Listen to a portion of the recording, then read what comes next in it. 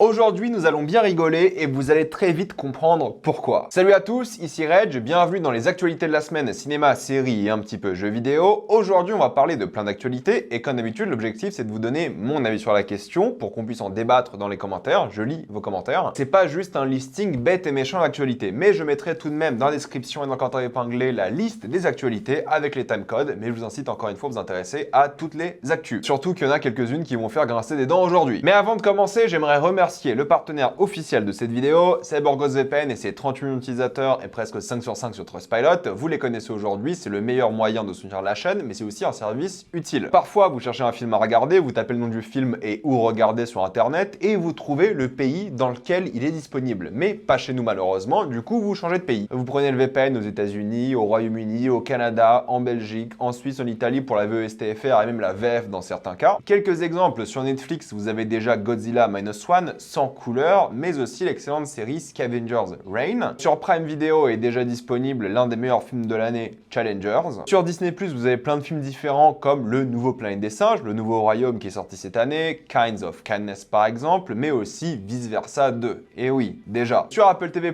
qui est inclus dans votre abonnement Canal pour ceux qui l'ont, et n'oubliez pas qu'il faut utiliser l'application Apple et non pas via Canal, vous avez Napoléon version longue qui rajoute presque 1 heure de film. Et pareil pour Max, qui est inclus dans votre abonnement Canal et que vous pouvez et même devez utiliser via l'application officielle Max. Vous avez plein de films, Civil War qui est sorti cette année, Horizon avec Kevin Costner, Furiosa déjà dispo en 4K, Le Garçon et le Héron, bref, c'est la fête. Pour les gros consommateurs de YouTube comme moi, vous avez YouTube Premium pour beaucoup moins cher, donc pas de publicité. Vous soutenez même d'ailleurs plus les créateurs pour ceux qui s'intéressent. Vous pouvez écouter les vidéos en mode podcast avec le téléphone dans votre poche, les télécharger, bref, c'est trop bien. Vous prenez un pays de l'Union Européenne où c'est moins cher, comme la Roumanie, la Bulgarie, et ça change votre vie. Vous serez en bien plus grande sécurité qu'un VPN, que ce soit sur la Wi-Fi de l'université, de l'hôtel, de l'aéroport ou même de chez vous. Vous protégez clairement vos données. Vous pouvez partager un compte avec 7 personnes au total. C'est disponible sur tous vos appareils préférés et c'est super simple d'utilisation. En quelques clics, vraiment tout le monde peut le faire sans aucun problème. Vous pouvez essayer par vous-même car vous êtes satisfait ou remboursé sous 45 jours et vous avez une assistance technique en français 24h7. Utilisez le lien dans la description, dans le commentaire épinglé afin de vous abonner à CyberGhost VPN et bénéficier de 83% de réduction plus 4 mois gratuits.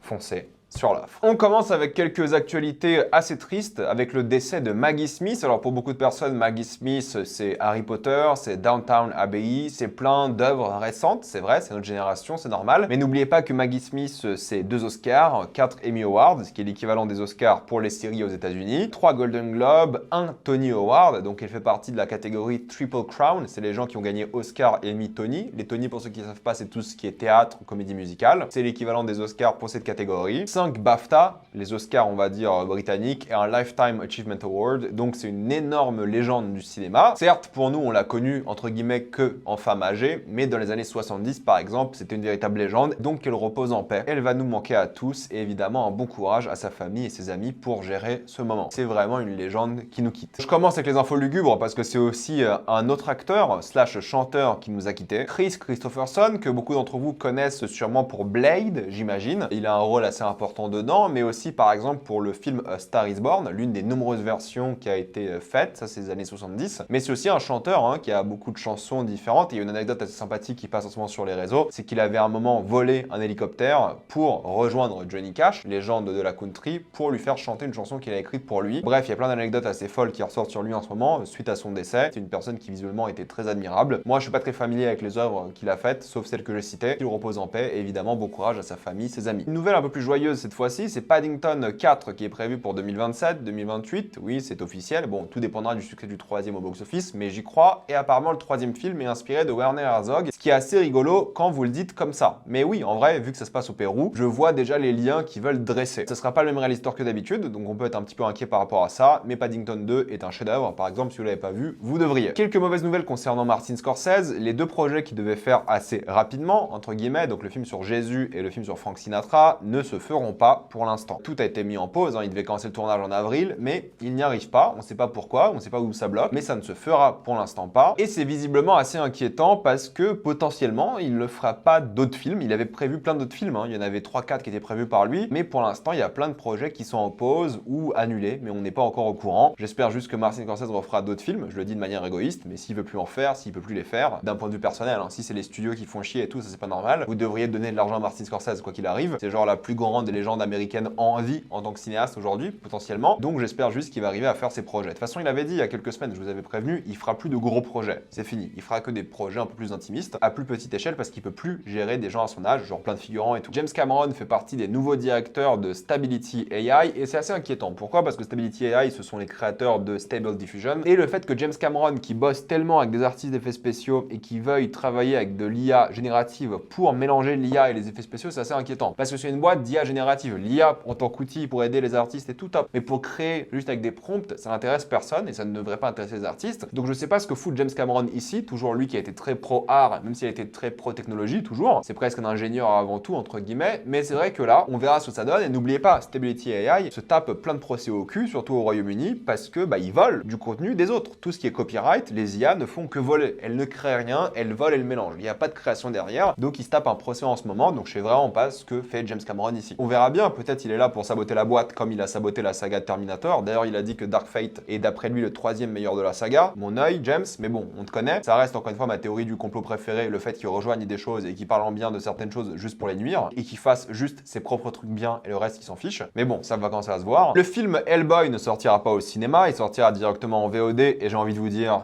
normal. Je veux dire, qui a envie de voir ça, honnêtement? Ça a l'air absolument catastrophique, ça a l'air à chier, disons les choses. Qui a envie de voir ça? Donc ça sera uniquement en VOD. Ce qui est assez triste pour la licence, qui était si bien partie à l'époque, mais je pense que ça c'est du passé. Ang Lee va réaliser donc un film sur la vie de Bruce Lee. Ça sera un biopic dans lequel Bruce Lee sera interprété par Manson Lee, le fils de Ang Lee. Un peu de népotisme, le tournage devrait bientôt commencer, on va voir ce que ça donne. Avec Ang Lee, ça peut être très bien, comme ça peut être très médiocre, on verra bien. Le tournage de Nobody 2 et de Jurassic World Rebirth sont tous les deux terminés, donc j'imagine que les films sortiront à temps l'été prochain. C'est des films que j'attends avec un peu d'inquiétude tout de même. Pour les fans de la série télé Chucky, eh bien la saison 3 sera la dernière, la série a été annulée. J'en ai pas entendu de bonnes choses personnellement, mais pas non plus des mauvaises. Il y a des gens qui aimaient bien, mais il y aura malheureusement pas de suite. Je me demande du coup si la série est terminée ou si ça s'est fini en cliffhanger. Les gens peuvent me le dire dans les commentaires. Plusieurs bandes annonces ont été diffusées cette semaine avec Ballerina par exemple, le spin-off de John Wick, le spin-off féminin avec Ana de Armas, et j'ai plusieurs choses à dire. Premièrement, on dirait clairement John Wick. Alors oui, il y a les différents acteurs qui sont revenus, comme par exemple Lance Reddick qui nous a quittés. Ça sera sûrement son dernier rôle. Ian McShane évidemment, John Wick qui est là, Keanu Reeves. Donc tous les acteurs sont là avec un rôle j'imagine mineur voire secondaire, mais il y aura des scènes d'action avec quasiment tous, surtout Keanu Reeves j'imagine. Et j'aime bien l'ambiance un peu européenne, un peu froide parce qu'il y a tout le délire russe, ballerine, tout ça. Ça a l'air intéressant. Moi, ce qui me fait un petit peu peur, c'est qu'on dirait vraiment John Wick en mode féminin. Il y a des gens qui vont dire ouais, bon, en fait ça peut être pas mal. Oui, je pense que ça peut être pas mal, mais j'ai pas envie que ce soit juste une copie de John Wick avec une femme. J'ai envie que s'ils utilisent une femme, très bien de le faire, mais juste qu'ils fassent un peu leur truc quoi. Soit pas juste un skin John Wick sur une femme quoi. Ça peut être moins intéressant. J'aimerais bien qu'ils apportent un truc un peu différent. J'ai l'impression qu'ils jouent un peu sur la féminité, sur le fait que bah oui, vu que t'es une femme, ils disent dans la bande-annonce tu dois t'entraîner 2 fois plus et tout. J'ai envie qu'ils jouent sur l'esthétique aussi de l'œuvre, parce qu'en vrai l'esthétique c'est que John Wick. Je dis pas que c'est une mauvaise ou bonne chose, hein, mais j'espère que ça va apporter un peu de fraîcheur et pas juste me dire ok c'est John Wick avec une femme. J'espère vraiment qu'il y aura un truc en plus, parce qu'en vrai John Wick c'était déjà un petit peu répétitif, même si j'aime beaucoup les 4 films, hein, mais j'ai envie qu'ils apportent un petit renouveau. C'est pas les mêmes réals et tout, donc je suis un peu inquiet. Mais il y a des trucs qui ont l'air vraiment cool, badass, même si le choix de musique était horrible de la bande-annonce, soyons honnêtes. Je prie juste pour un peu d'originalité et sachez qu'il y a eu beaucoup de reshoots. Ils n'étaient pas satisfaits du film. Il y a le réalisateur de base, Chad Stahelski, qui est revenu re-shooter des scènes parce qu'il n'était juste pas satisfait. Bref, j'espère juste qu'ils vont bien faire les choses. Et je me demande pourquoi Norman Reedus veut pas changer de coiffure. Mec, il a un contrat avec The Walking Dead pour jamais changer de coupe ou quoi? Parce que là, c'est pas possible. Laissez cet homme avoir une autre coupe. Blague à part, ça peut être sympa, mais un petit peu inquiet tout de même. Contrairement à Gladiator 2, je veux pas en reparler parce que j'avais fait une vidéo dédiée à l'époque, mais en gros, oui, ça a l'air vachement bien. La bande-annonce est bien meilleure. Ils ont pas mis du rap qui avait dérangé beaucoup de personnes. Ils ont pris une approche un peu plus orchestrale, musicale. Ça a l'air grandiose, épique, vraiment à grosse échelle qu'on n'avait pas trop vu dans la première bande-annonce. Là, c'est encore plus grosse échelle. Apparemment, c'est le plus gros film de tous les gens qui ont bossé dessus. Donc c'est pas rien. Je pense qu'on va prendre une véritable claque. Hein. C'est un film à 300 millions. Il sera jamais rentable. S'il doit faire 900 millions au box-office, je pense que ça fera jamais cette somme-là. On verra bien, mais ça a l'air assez impressionnant. Ça a l'air vachement bien. Moi, j'ai très hâte de le voir. Moi, je fais confiance. J'y crois depuis le début à ce projet. Certes, un projet inutile, mais j'y crois. Là, franchement, cette bande-annonce donne clairement envie. Après, il y en a eu plein des bandes-annonces. Il y a la bande-annonce de Sweet Pea, qui est l'histoire de Elda Purnell, que vous avez sûrement vu cette année dans d'autres séries, mais qui joue ici une tueuse. Ça peut être assez intéressant. Il n'y a pas de date chez nous en France, mais ça sort le 10 octobre aux États-Unis sur Starzy, l'une des chaînes. Mais chez nous, je sais pas qui va reprendre les droits, où est-ce que ça sera diffusé. Mais ça a l'air pas mal, honnêtement. En tant que série, ça peut être cool. Sinon, en termes de film, il y a eu aussi la bande-annonce de Flow, qui sort cette année, un film d'animation qui apparemment est très bien, qui sort le 30 octobre. Donc ça a l'air vachement bien. C'est l'histoire d'un chat qui découvre un monde. Regardez la bande-annonce. Moi, j'ai arrêté la bande-annonce au milieu parce que j'ai vu les visuels, ça m'a convaincu, je voulais pas en savoir plus. Du coup, je vais aller le voir, les critiques sont géniales. J'espère vraiment qu'il sera bien. On en parlera sûrement en critiques multiples en fin de mois, mais ça a l'air clairement assez impressionnant, juste visuellement, et l'histoire a l'air trop mignonne, donc j'ai hâte de voir ça. Il y a aussi la bande-annonce d'un film avec Anthony Mackie qui s'appelle Elevation, ça a l'air tout pourri. On dirait un mélange du film Naze de Tomorrow War et en même temps de Last of Us. Je suis désolé, mais ça a l'air à chier. Il y a clairement pas de budget, ça se voit, ça sort en salle, ça fera 0$, c'est sûr. Je sais même pas si ça sort en salle chez nous, j'ai même pas vérifié parce qu'on s'en branle. Ça a l'air assez médiocre, honnêtement. Ça peut être une belle surprise, hein, mais je n'y crois pas une seule seconde et ça m'a pas du tout donné envie. Le procès contre Nicolas Bedos ou Bedos, je sais jamais comment on prononce honnêtement, à chaque fois j'entends des gens le dire différemment, mais en gros le procès contre lui a commencé. Procès d'agression sexuelle évidemment, et le procès, c'est 3 femmes qui l'ont accusé. Et évidemment, je vous tiendrai au courant de ce qui se passe concernant le procès. Il y a plein de choses assez folles qui sont sorties concernant ce qu'il a fait, mais surtout ses excuses qui s'en rappelaient pas spécialement, qu'en boîte de nuit tu peux faire un peu de tout et n'importe quoi, c'est pas si grave que dans la vraie vie. Bon, il y a plein d'excuses assez bidons qui sont sorties. Je vais pas en parler maintenant parce que j'attends vraiment qu'il y ait plus de choses et voir comment ça va se finir, mais sachez qu'en effet, il est au tribunal, il s'est tapé un procès à cause de ça, et encore une fois, on croit les victimes, on attend de voir ce qui va se passer. C'est bien aussi qu'on ait notre MeToo à la française. Il faut vraiment empêcher les prédateurs de dominer ce milieu du cinéma, parce qu'en France, il y en a aussi beaucoup. Donc espérons que les victimes soient entendues et qu'elles aient le droit à la justice. Casting assez catastrophique, mais vous allez entendre jamais aucun youtubeur un peu casse-couille vous en parler. C'est le prochain film d'Emerald Fennell, que vous connaissez sûrement pour plein d'œuvres qu'elle a faites récemment, mais c'est Margot Robbie qui a été castée, et là, bon, il n'y a pas trop de choc, mais c'est Jacob Elordi qui a été casté dans le rôle principal, dans une adaptation du bouquin Catherine and Heathcliff, où justement, le personnage de Jacob Elordi est pas du tout blanc. J'ai pas lu le bouquin, mais je me suis renseigné, j'ai même demandé à quelqu'un qui l'a lu. Non, en fait, sa couleur de peau, qui est plus vers quelque chose de marron, disons, si j'ai bien compris. Il me semble que c'est une sorte de gitan, alors je sais pas si c'est le terme approprié, mais vous m'avez compris. Et apparemment, c'est un cas de whitewashing, alors personne n'en parle. Pourquoi? Parce que c'est pas la sphère d'extrême droite qui se plaint des noirs dans les films, des femmes dans les films, on en parle juste après de ça justement. Là, vu que c'est du whitewashing, et je vous dis tout le temps que des exemples de whitewashing, il y en a constamment, ça arrive encore aujourd'hui tout le temps, mais tout le monde pense que maintenant il y a que du blackwashing, c'est faux, l'inverse est bien plus vrai et régulier que vous le pensez, mais personne se plaint quand c'est du whitewashing, parce que les gens ont l'habitude. Écoutez, moi j'ai la même mentalité que pour le white et blackwashing entre guillemets, c'est que je trouve toujours dommage de ne pas prendre des acteurs qui sont issus d'une minorité. Tu sais, ils auraient pu prendre un gars, j'ai vu un fan casting de Dave Patel, pourquoi pas prendre un gars comme Dave Patel qui galère à trouver des rôles parce qu'il n'est pas blanc. Il a dû littéralement faire son propre film parce qu'il n'est pas blanc et personne ne voulait l'embaucher. Pourquoi ne pas embaucher des gens qui pourraient vraiment profiter de l'attention médiatique d'un rôle comme ça, qui correspondent au rôle du personnage, au lieu de prendre un blanc? Quand tu oppresses des minorités et quand tu réduis les chances aux minorités d'avoir des rôles, c'est dommage. L'inverse est un peu moins grave, évidemment, mais là, ça ne respecte ni le livre, et c'est dommage parce que du coup, tu rates l'opportunité de donner une chance à quelqu'un qui aurait mérité une chance. Alors que des acteurs blancs,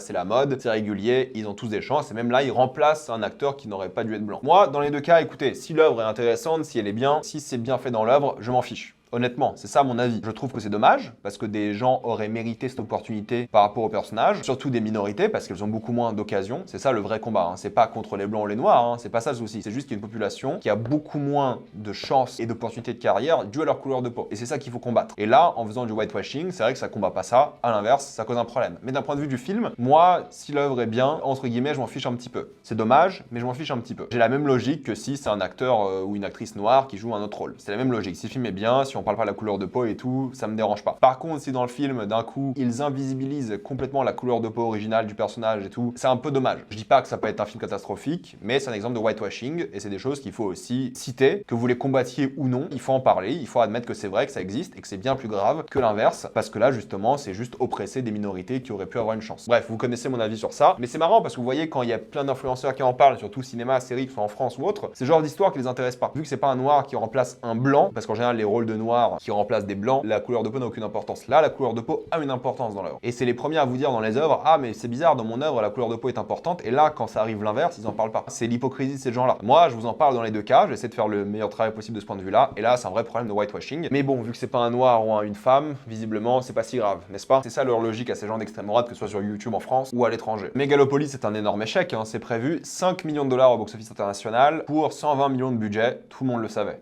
tout le monde s'y attendait, il n'y a aucune surprise. Est-ce que c'est une bonne ou mauvaise chose? Je pense qu'il y a un moment, il faut se poser la question. J'avais vu quelqu'un dire ça sur les réseaux qui disait que lorsque tu vas au musée, c'est ok de ne pas aimer le musée. Quand tu vas au musée, tu t'attends pas à aimer le musée, tu t'attends juste à être questionné, tu t'attends juste à te poser des questions sur l'art. Et c'est que Megalopolis, c'est un bel exemple de ça. C'est-à-dire que parfois, quand tu vas au cinéma, il faudrait se poser la question, non pas est-ce que j'ai aimé ou pas aimé, mais est-ce que la proposition artistique m'a fait poser des questions, m'a plu, m'a déplu, pourquoi, qu'est-ce qu'il m'a fait ressentir. C'est un point que j'ai beaucoup aimé, que je vais réutiliser par la suite, parce que c'est vrai, Megalopolis, c'est un peu comme ça. En fait, ça veut dire quoi, bon ou mauvais concernant Megalopolis? C'est des choix tellement artistiques, tellement précis et perchés et autres, hein, j'en ai parlé dans ma critique. Ça veut dire quoi, aimer ou pas aimer Megalopolis? Donc je suis content que des films comme ça existent, je suis content que des films comme ça puissent être faits à haut budget. Tout le monde savait que ça allait être un flop. Est-ce que c'est dommage? Je pense que c'est dommage dans le sens où des propositions artistiques comme ça devraient être un peu plus soutenues. Ça reste très très niche, hein, je suis conscient, mais j'aurais aimé voir un peu plus de soutien par rapport à ça, pas que financier, mais que les gens aient envie de voir, pas des choses qui sont fondamentalement mauvaises, parce qu'il y a plein de gens qui détestent Megalopolis, hein, mais des choses qui sont clairement différentes et proposent un truc assez fou, surtout après une carrière de cinéma colossale d'un titan de l'industrie. C'est ce que je voulais dire par rapport à ça. Moi, le flop me surprend pas. Je trouve pas non plus qu'il est forcément dommage, mais ça aurait été intéressant que les gens tentent ce genre de truc. Mais je comprends pourquoi les gens n'ont pas tenté et je vais pas les accuser de ne pas avoir essayé un film comme ça qui divise autant. Mais justement, les films qui divisent autant, c'est aussi ceux qui devraient vous intéresser. Concernant le robot sauvage, que je vais sûrement critiquer la semaine prochaine, eh bien oui, c'est un vrai succès pour l'instant, 55 millions au box-office international pour un budget de 75 millions. À voir comment il se porte avec le temps, mais il est bien parti pour cartonner. Concernant Apple TV+,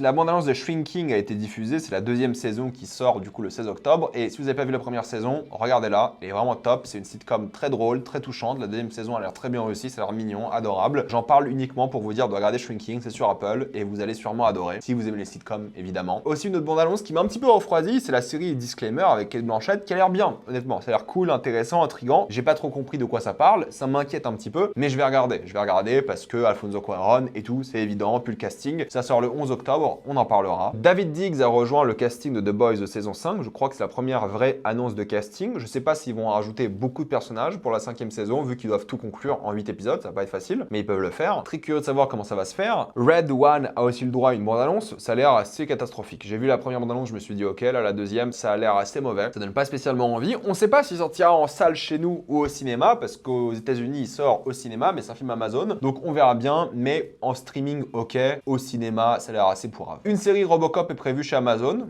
pourquoi pas, ça peut être intéressant, je pense que c'est un univers qui peut vraiment bien être développé à la télé. Aussi la bande-annonce de A Real Pain a été diffusée, c'est un film qui sort chez nous le 26 février 2025, c'est l'histoire, je crois, de cousins dans la bande-annonce, je sais plus, je l'ai vu la semaine dernière, mais qui essaient de reconnecter avec leur passé en faisant un voyage en Pologne, en essayant de reconnecter avec leur religion, en tant que famille, parler de vrais problèmes, de vraies douleurs justement, et c'est une sorte de road trip familial en Pologne. Ça a l'air plutôt pas mal, assez mignon, donc on regardera ça l'année prochaine. La première série Pixar a été décalée de décembre à février 2025, et oui, il faudra attendre le 19 février pour voir Win or Lose, ça peut être intéressant, Pixar en série, pourquoi pas. Tamara Smart jouera la fille de Zeus dans la série Percy Jackson. Et qu'est-ce que je vous avais dit? Les gens se plaignent. Ah, une fille noire qui joue la fille de Zeus. Déjà, Zeus dans la série est noir. Et en plus, c'est toujours pareil. Depuis quand Zeus est blanc? Dans l'esprit collectif. Zeus, il se transforme en animaux, il change de peau tout le temps, bref. Mais vu que c'est une noire, ça énerve les gens, ça énerve les racistes, disons les choses. La bande-annonce de Thunderbolt, ça a aussi été diffusé, et honnêtement, ce projet, tout le monde s'en fichait un petit peu, mais la bande-annonce m'a pas mal donné envie. Un film un peu plus focus sur de l'espionnage, un côté un peu plus action intimiste avec des gens qui n'ont pas des super pouvoirs de fou. Ça peut être assez rigolo, ça peut être de l'action assez fun, des conspirations intéressantes. Je pense qu'on va pas mal s'éclater avec. Ça a l'air d'être un film Marvel tout à fait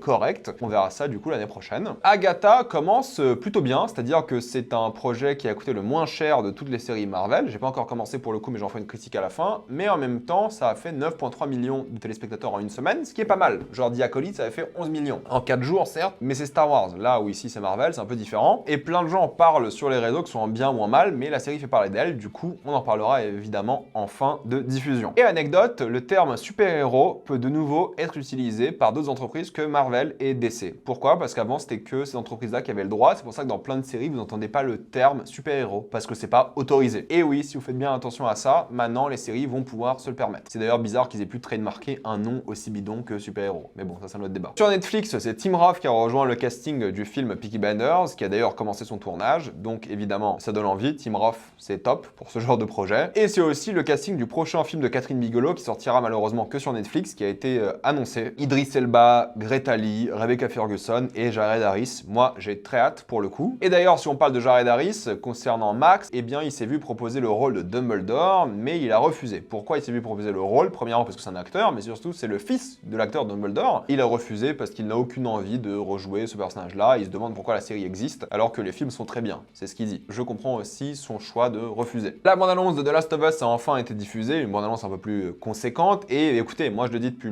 longtemps maintenant, depuis l'annonce de la deuxième saison, pour moi maintenant, The Last of Us, c'est le gros projet chez HBO. C'est plus grand que n'importe quelle autre série. Ils misent énormément dessus pour le coup et ça se voit. Genre le budget de cette saison 2, les effets spéciaux, les visuels, la photo, tout a l'air extrêmement bien travaillé. Ils ont l'air de mettre tellement d'énergie dedans, tellement d'argent dedans. Ça se voit vraiment que ça a la gueule et je pense que ça va être hyper impressionnant. Il y a des choses qui dérangent, c'est-à-dire qu'il y a des gens qui pensent que certaines scènes sont montrées maintenant dans la saison 2 alors qu'elles devraient être montrées dans la 3 voire 4 parce que oui, le deuxième jeu est divisé en 2 voire 3 saisons, mais je pense que ça sera 2, on verra bien. Il y a plein de gens qui sont inquiets par rapport à ça, qui aiment pas trop ce qu'ils ont vu, mais moi je m'inquiéterai pas pour ça. Je pense que les séquences flashback qu'on a vu là, on les reverra dans la saison 3 et vont pas être les révélations comme au fait dans le jeu. Ça va marcher pareil. Il y a des gens qui se plaignent en se disant que c'est trop fidèle. Moi je suis assez content que ce soit fidèle pour le coup, mais il y a des gens qui disent que Bella Ramsey ressemble pas à Ellie dans le deuxième jeu. Oui, on dirait la même tête dans la saison 1, saison 2. J'avoue, mais est-ce que c'est un problème? Non. Et se plaindre de la fidélité de ça, pour une fois qu'il y a une différence un petit peu et que de l'autre côté tu te plains du fait que c'est pas assez similaire, il y a un moment faut arrêter de déconner quoi. Soyez réaliste. Ou vous aimez que la série prenne des libertés et quelques différences, ou vous voulez un copier-coller, ou vous jouez au jeu. Et la première saison c'était un peu ça, quelques libertés, quelques nouvelles choses, un peu bien, un peu moins bien, mais c'était différent, plus ou moins. C'est ça qui était intéressant aussi. Donc moi j'y crois à Bella Ramsey, je crois au casting aussi de Abby, sans problème. Diana a l'air très bien choisie aussi, Jessie, je pense qu'il n'y aura aucun souci. J'adore la musique, j'adore à quel point on voit que c'est vraiment la première moitié du jeu, à quel point ils ont l'air d'avoir bien compris l'ambiance encore une fois du jeu et l'énergie que doit transmettre cette série. Il y a une vraie douceur et en même temps un côté très post-apocalyptique qui est réussi. Je pense vraiment que ça va nous mettre une claque et je n'ai pas du tout peur de cette saison 2, je pense qu'elle va être incroyable. Le Pingouin cartonne sur HBO et Max avec 5,3 millions de téléspectateurs et plein de gens vont se dire mais attends, tu viens de dire qu'Agatha c'était un début correct pour 9 millions, bah oui mais sauf que c'est Max, c'est HBO. HBO c'est pas des audiences de malade mental, hein, il faut le savoir. Maintenant peut-être avec Max ça va changer, mais HBO à la base, si ça fait 2-3 millions par soir d'épisodes, c'est une grosse série HBO quoi. Je crois que Succession c'est fini à 4 millions de téléspectateurs au bout de 4 saisons. Et ça c'est considéré comme un énorme succès parce que HBO, bah ils ont une audience plus petite, plus centrée sur les adultes et tout. Là avec Max, peut-être il y aura une inflation des chiffres HBO, mais HBO, 5 millions pour un premier épisode d'une première saison, c'est très bien pour eux. Donc en réalité, il faut comparer par rapport aux plateformes et ça c'est très bien. On parlera évidemment du Pingouin à la fin. Matthias Schoenaerts, je pense que j'ai très mal prononcé son nom, mais jouera le méchant dans le film Supergirl. Je suis content, je trouve que c'est un bon acteur et il mérite vraiment son succès. La bande-annonce de Sinners de Ryan Coogler avec Michael B. Jordan a l'air pas mal aussi. Voilà, c'est l'histoire de jumeaux, chasseurs de vampires, dans une esthétique très particulière, un peu western, rural, abandonné. Ça donne envie, honnêtement, ça a l'air vachement bien. Moi, j'y crois à fond. Warner décide de remplacer au fur et à mesure les sous-titreurs par des IA. De toute façon, beaucoup de personnes dans le domaine utilisent maintenant des IA et ensuite les font vérifier par des gens qui font des sous-titres. Mais apparemment, Warner ne le fait pas. Apparemment, ils diffusent juste des sous-titres en IA et c'est tout. J'espère qu'un jour, ils vont comprendre. Bill Hader va travailler sur une nouvelle série pour HBO et je le dis pour une seule raison. Il faut que vous regardiez Barry. Barry, c'est trop bien, c'est la base, c'est aussi une comédie, entre guillemets. Donc, je fais grave confiance à Bill Hader. Je pense que ça va être très très bien et j'ai hâte de voir ce qu'il va faire par la suite. Parce que Barry, c'était excellent. Plein de problèmes dans le monde du jeu vidéo, avec évidemment Ubisoft qui se casse la gueule, hein. En bourse par exemple, c'est le moment d'acheter, j'imagine. Première fois qu'il décale un Assassin's Creed qui devait sortir en novembre, il le décale à février, le Shadows. Plein de gens ont gueulé au fait qu'ils sont en train de se casser la gueule à cause du wokisme, mais en fait non, c'est pas à cause de ça. C'est à cause de la compétition. Maintenant, Ubisoft, ils sont has-been depuis longtemps, ils font le même monde ouvert depuis Assassin's Creed 2, Far Cry 3, un truc comme ça. Ils font le même jeu en boucle. La compétition fait beaucoup mieux qu'eux. Il y avait tout ce délire évidemment d'agression sexuelle à Ubisoft qu'ils ont essayé de cacher, les jeux qui vendent de moins en moins bien parce que c'est les mêmes jeux en boucle constamment, et les jeux qui sont bien et intéressants ne vendent pas, comme le Prince of Persia qui est sorti cette année, et ils ont même essayé de faire des trucs un peu différents, comme le Zelda-like en mythologie grecque, mais ça a floppé aussi. En réalité, c'est triste, parce qu'en vrai, c'est un fleuron national français, il faudrait soutenir Ubisoft, mais ils font un peu des jeux à la con quoi. Je pense qu'ils sont jamais mauvais en soi ces jeux, mais c'est juste que c'est les mêmes jeux en boucle. Apparemment Star Wars Outlaws a été un échec, ils vont revenir sur Steam suite à cet échec, ce qui est une bonne chose. Moi j'achète pas des jeux qui sont pas sur Steam, sur PC, donc ils ont intérêt à revenir. Bref, c'est assez triste, mais oui, il faut s'adapter à la compétition, il faut s'adapter à les jeux que tu proposes, et il faut commencer à faire des vrais bons jeux quoi. Et le fait qu'ils aient décalé Shadows, pour moi est une très bonne chose, ils doivent le faire, parce que ce qui intéresse les gens, c'est des bons jeux avant tout, et si tu fais le même jeu en boucle, oui, t'as bien vendu il y a 2-3 ans, mais maintenant faut se réveiller, et faut se rendre compte que ça ne suffit pas. Et ça n'a rien à voir avec le wokisme. En plus, ça a été annoncé juste après ce qui s'est passé avec le PlayStation State of Play, donc l'annonce de Ghost of Yotei, ce qui est une très bonne chose. Je suis content que ce soit une série d'anthologie, que ce soit pas la même histoire avec Jin et tout. Je crois que vraiment c'est bien de changer et de parler d'autre chose. 300 ans après les événements du premier, très bonne idée. Oui, pour moi, ça a l'air d'être encore une fois un Assassin's Creed de plus. C'est pour ça que je comprends jamais les gens qui ont adoré Ghost of Tsushima. Moi, j'en ai fait une critique, j'ai trouvé ça bien, mais bon, ça reste un Assassin's Creed quoi. Et il y a évidemment une polémique parce que de une, vous jouez une femme. Il y a plein de connards et de gens d'extrême droite qui sont énervés par le fait que tu peux jouer qu'une femme, alors que les personnes normales, on n'a rien à battre. Ils ont juste hâte de jouer au jeu. Et apparemment, l'actrice, vu qu'elle est pro-trans et elle a dit qu'il y a beaucoup de suprémacistes blancs dans la police américaine, ça a créé polémique. Ah bon? Oser dire les faits comme ça crée polémique? Être pro-trans, c'est la chose la plus normale possible et tous les gens anti-trans sont d'ailleurs hors la loi, c'est illégal, donc c'est une très bonne chose. Et dire qu'aux États-Unis, il y a un problème de suprématie blanche qu'on a aussi en France dans la police, c'est juste vrai. Il y a des unions, des syndicats entre guillemets de police qui sont suprémacistes blancs. Donc il y a un vrai problème, et elle a 100% raison. Et les gens lui tombent dessus par rapport à ça. Donc l'actrice, Erika, moi elle me donne envie d'acheter son jeu. Ses positions politiques tout à fait normales et basées, parce que oui, celle qui joue le personnage principal, et merci à elle de s'impliquer politiquement, c'est très bien, et ça donne envie d'acheter le jeu, qui a l'air pas mal, en vrai, je pense que ça va être bien. Mais gueuler au wokisme, encore une fois, à cause de ça, faut être un sacré débile. Horizon Remaster sortira pour 10 € pour ceux qui ont le jeu, et pour 50 balles pour ceux qui l'ont pas. Moi je trouve que c'est du foutage de gueule. Payer 10 € pour un patch, c'est du foutage de gueule, et je sais qu'il y a du travail, ils ont remis les acteurs et tout, ils ont refait du taf et tout, d'accord, très bien. Mais normalement, quand tu fais un remaster d'un jeu, tu devrais féliciter les gens qui l'ont déjà en leur offrant gratuitement le jeu, et tu fais un remaster pour attirer de nouvelles audiences. C'est pas pour que les gens qui ont déjà le jeu, qui l'ont déjà fait, le refassent. C'est pour attirer de nouvelles personnes qui achètent le jeu. Et ça, on le sait, parce qu'en fait, ils ont augmenté le prix du jeu de base pour pas que les gens achètent le beau jeu de base et ensuite achètent le patch. Et ils ont augmenté les prix pour que ce soit plus cher de faire les deux. Pour moi, un remaster, c'est un patch. Même s'il y a beaucoup de travail derrière, tu l'offres. Et ensuite, tu le fais payer 50 balles si tu veux, voire plus, aux gens qui l'ont jamais acheté. Je trouve que c'est ok et que ça sert à ça. Mais si on parle du State of Play, honnêtement, moi, il n'y a rien qui m'a intéressé. Ouais, peut-être Hell is Us, ça a l'air pas mal du tout, à la limite. Legacy of Kain Remaster, ouais, pourquoi pas. Le métro en VR, ouais, why not, quoi, mais bon. Et en plus, PlayStation, ils ont dit qu'ils allaient utiliser l'IA. Alors, pas l'IA générative, mais l'IA en deep learning et tout pour s'aider. Et je trouve que c'est une bonne chose. Utiliser des outils IA pour s'aider, c'est très très bien. Et par contre, de l'autre côté, Nintendo, on dit qu'ils vont pas utiliser d'IA générative, et ça, c'est très très bien aussi. Et cette semaine, en réalité, il y a plein de trucs qui sortent, c'est-à-dire, il y a Joker 2, on en parlera évidemment demain. Quand vient l'automne, c'est le nouveau François Ozon, ça donne pas du tout envie, j'ai vu les bandes annonces au cinéma plein de fois, ça donne pas du tout envie, mais pourquoi pas. All We Imagine Is Light qui a eu un très bon buzz à Cannes, donc ça je pense que j'irai voir. The Outrun aussi a pas mal de bonnes critiques, ça donne un petit peu envie. Le dernier épisode du Seigneur des Anneaux, les Anneaux de Pouvoir saison 2, ça on en parlera cette semaine. La plateforme 2, je pense qu'on en parlera aussi. Hold Your Breath qui sort, si je dis pas de bêtises, sur Disney+,